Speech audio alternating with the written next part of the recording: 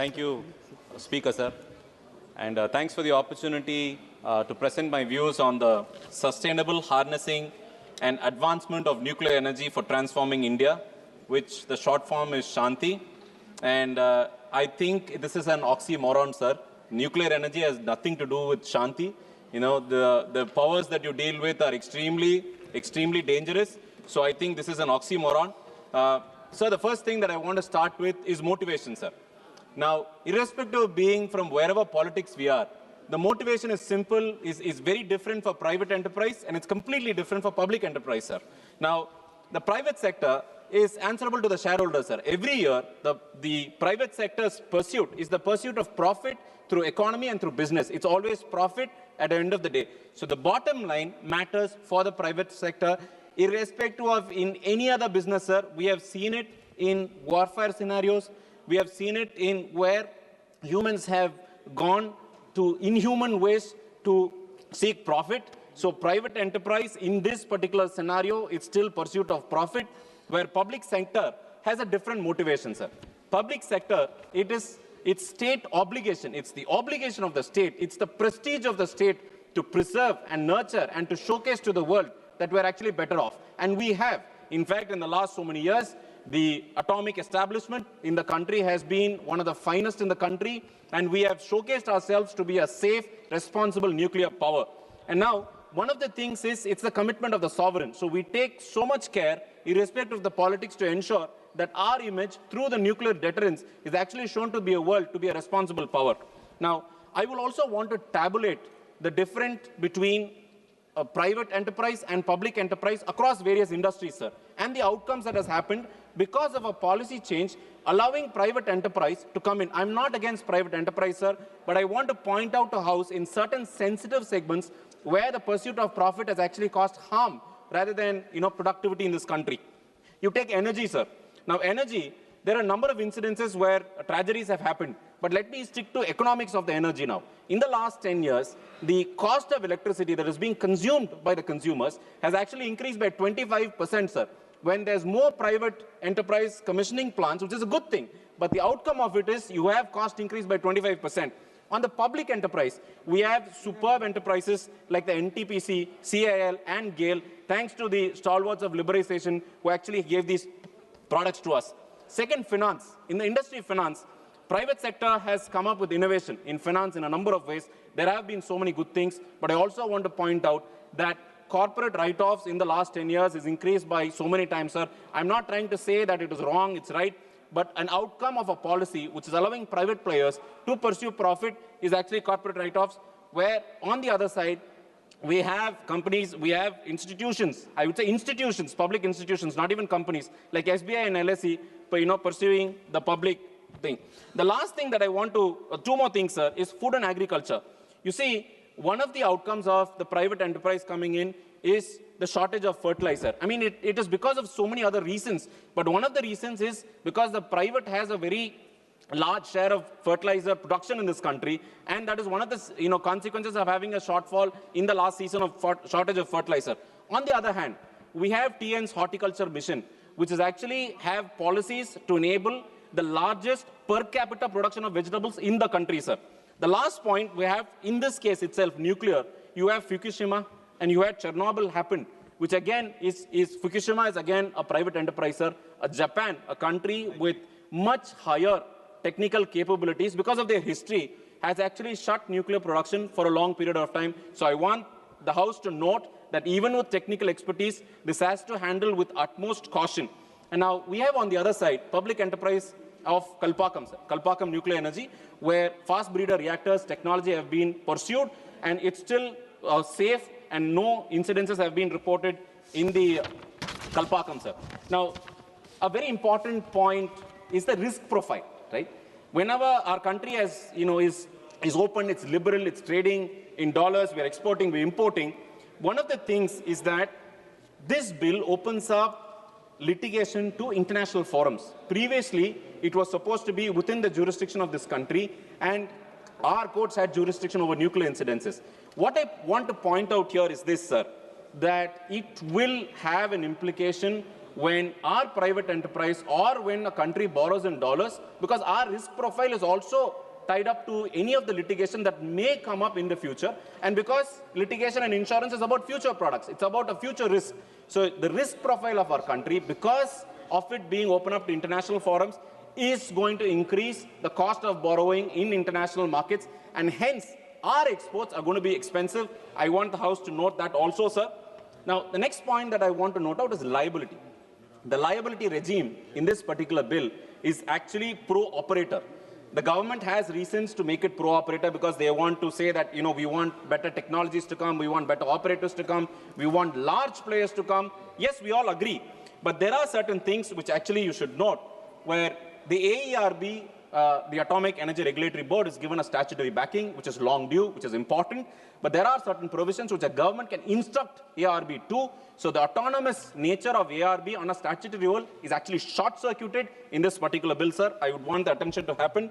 Now, there are strict time limits on claims. Anywhere in the country, sir, anywhere in the world also, whenever nuclear energy is present, there's always claims and counterclaims because of the nature of technology involved and its sensitivity. Now here, the government has come up with a particular section that says that any of the claims must be pursued through the claims commissioners. You can't approach the court system or the judiciary here. Again, what the government intends to do is basically say, look, we have given you a separate infrastructure so as to go to claims. But we know the history of claims, sir, and the jurisprudence in the country also. So there is enormous power from the government to the operator to actually execute the project in spite of the claims. So there is a need for the government to clarify that there can actually be fair to the claimants if there is any. Now, that is under clause 70, sir, where there is no, clause 70 says there is no individual settlement. Individually, you can't go and say, look, I have a claim. It will all come from a consolidated fund. So they have to group all the victims or claimants together and have, the claims commissioner decides a certain amount, and it has to be divided by the largest denominator, which is the number of people there, sir. So an individual claim has no merit here. So what the bill does is actually remove the individual rights, which you and I know, sir, it is enshrined in the constitution of the country, and it's sacred to all of us now. Now, clause 54 has fixed tariffs. The government wants to give clarity to the operator, I presume, because that is why they brought in clause 37. But it has a fixed rate, sir. It's not market linked. And any fixed rate by a public institution like the government, sir, it is actually prone to misuse, because fixing of a rate, has completely, in the gray area. It is not market linked. It's not determinable. And there are so many factors which are in the gray area. So the government must come up with a clear plan actually fixing the price, sir. Now, the most important point, which my colleagues have already pointed out, is there is a staggered limit on the claims that can happen. The largest or the highest cap is 3,000 crores, sir. 3,000 crores. I will tell you why that 3,000 crores is minuscule compared to the project size, which I will explain in the next section, which is the economics. Now, members would note that anywhere in the world, nuclear fuel or the nuclear energy is only stopgap, sir. I mean, the Honorable Minister, when he started, he said that the wind energy and the solar energy had a lot of fluctuations because of the nature of the, the technology involved and the grid system. And he said nuclear energy will be a stopgap measure. So I would thank the minister actually reminding the House that nuclear energy is a stopgap. And I will explain the mechanics or the economics to understand why stopgap and the economy doesn't match. Now, the cost of nuclear versus different energies, sir. Any project has tangible cost and intangible cost. Tangible cost is something that you can measure. Intangible costs are those costs which is especially environmental factors, which comes through environmental clearance and the green tribunals that have been set up. Now, cost of production, capital expenditure. When you want to establish a nuclear power station or a nuclear project, cost per megawatt is 30 crores, sir. 30 crores per megawatt. Coal is approximately 12 crores, sir. You can still do it lower, but 12 crores is taking the latest technology in place, making sure clean fuel is available. So it's clean energy is available. So it's 12 crores, sir. Solar is 4.5 crore per megawatt. So this is the current, even in Indian conditions, because foreigners, it's still very expensive because of the statutory norms and safety norms. Now, if you take the levelized cost of electricity, putting all the numbers together, I'm not great at mathematics, sir, but if you ask me, give me one number, what is the cost of per unit of electricity? Now, the localized cost of electricity, LCOE is called, is rupees 5 per megawatt when it comes to a nuclear station above 100 megawatts, sir. You need that minimum scale because it doesn't come up with the investment if it's 1 megawatt or 2 megawatt.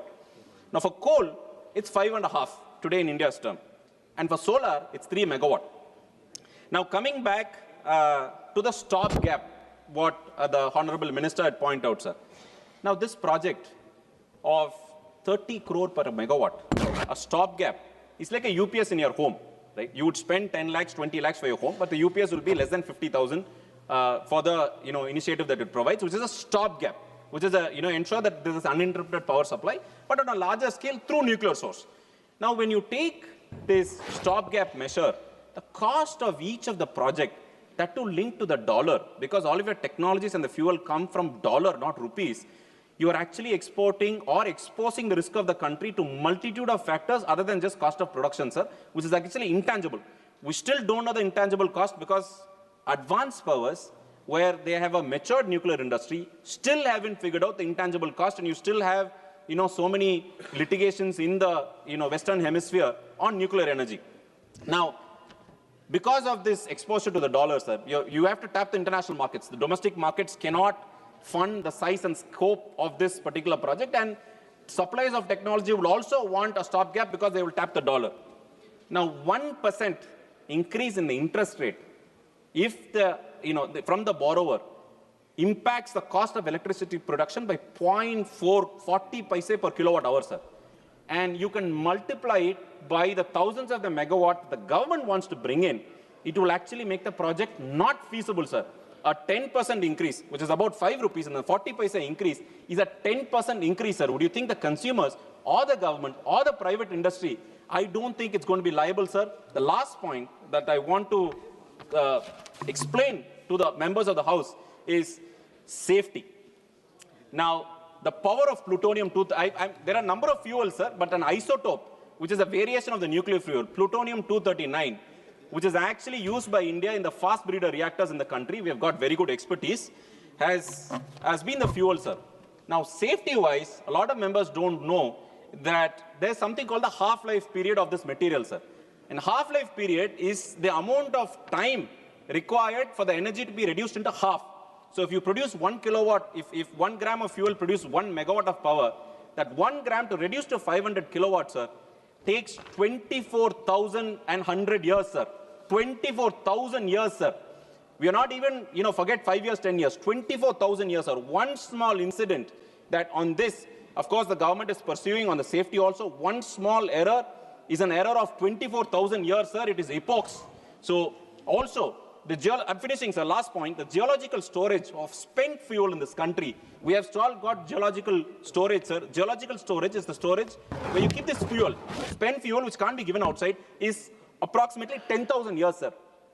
Forget about the policy continuity on 50 years, 100 years. 10,000 years, are you going to have a policy continuity? There are a number of risks, sir. I'm finishing last point, sir. The number of risks in this bill where the government's intention is to bring up innovation, bring up energy production. I think the government is at risk in terms of safety, in terms of statutory routes, and in terms of getting our engineers to actually come up to date. So I request the government to take note that there is a lot of risks which is opening our country into foreign, risks. So I request the government to revisit or revise to JPC. Thank you for the opportunity, sir.